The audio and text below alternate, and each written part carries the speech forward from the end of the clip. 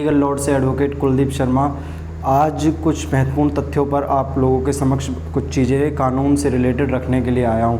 मेरी जो भी तथ्य हैं वो सुप्रीम कोर्ट की जजमेंट्स के ऊपर, honourable Punjab and Haryana high court की जजमेंट्स के ऊपर और बेयर एक्ट से जो समराइज मैनर में जो क्रक्स निकल कर आता है उन सभी को मैं आपके समक्ष रखकर और सारी चीज़ों को समझाने की कोशिश करता हूँ। तो इसमें कोई भी संदेह नहीं है। अगर किसी को भी कोई संशय हो मेरी बातों पर तो वो डायरेक्टली मुझे कॉल करके या मेरे जो कमेंट है उसमें लिखकर कोई भी क्वेरी हो उसे पूछ सकता है। आज का जो टॉपिक है वो मैं आपको बताने के लिए चाहता हूँ कि जो डिक्री होती है उसको कितने समय के बाद एग्जीक्यूट किया जा सकता है, मतलब कितनी लिमिटेशन पीरियड होती है कि कब से कब तक आप उसे एग्जीक्यूट कर सकते हो।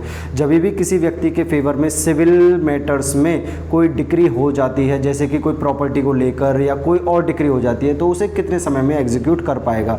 एग्जीक्यूट क्या होता है, जब कोई डिक्री हो जाती है उस डिक्री को होने के बाद आपको एक एप्लीकेशन माननीय न्यायालय में लगानी पड़ती है जिसने वो डिक्री पास करी है।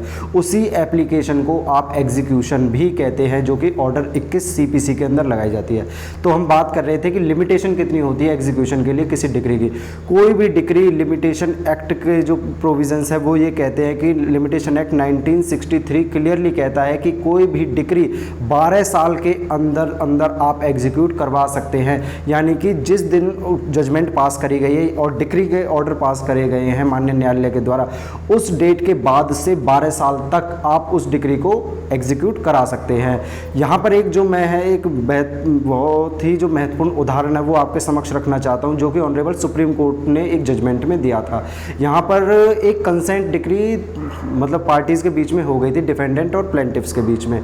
तो जब वो डिक्री हो गई थी उसके बाद क्या हुआ था, एक प्लेंटिफ ने क्या किया, उस ही डिक्री के खिलाफ एक और केस डाल दिया कि ये जो डिक्री है वो फ्रॉड के ग्राउंड पर ली गई है। तो वो केस जो चला था वो चला था 21 साल, जो कि उस प्लेंटिफ ने डाला था उस डिक्री के खिलाफ। अब उस जो केस चला था उस केस में उस डिक्री को ना तो स्टे किया गया था, ना कोई और ही एडवर्स ऑर्डर उस डिक्री के खिलाफ पास किया गया था। अब उस केस को चलते चलते हो चुके थे 21 साल और 21 साल के बाद उस केस को कर दिया गया डिसमिस। अब क्या होता है कि जो प्लेंटिफ और डिफेंडेंट्स होते हैं वो उस डिक्री जो कि 21 साल पहले हुई थी उसे एग्जीक्यूट कराने आते हैं और कहते हैं कि जी अब हम इस डिक्री को एग्जीक्यूट कराना चाहते हैं और जो बीच में 21 साल का समय लगा है इसे आप एक्सक्लूड कर दीजिए as per section 14 of limitation act. क्योंकि जब भी आप किसी न्यायालय में कोई वाद डालते हैं डिक्री के बाद उस समय को एक्सक्लूड कर दिया जाता है।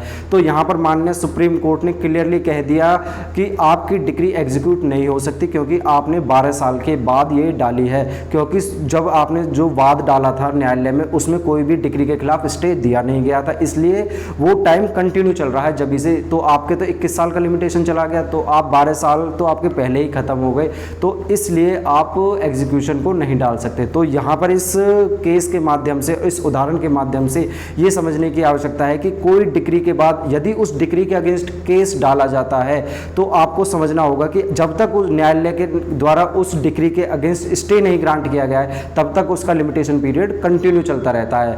यानी कि 12 साल तब से कंटिन्यू चलते रहेंगे अगर यदि किसी न्यायालय ने स्टे उसके अगेंस्ट ग्रांट नहीं किया है, जो कि इस केस में हुआ था। तो ये याद रखना कि कभी भी कोई डिक्री होती है उसका लिमिटेशन होता है 12 साल एग्जीक्यूशन के लिए। धन्यवाद।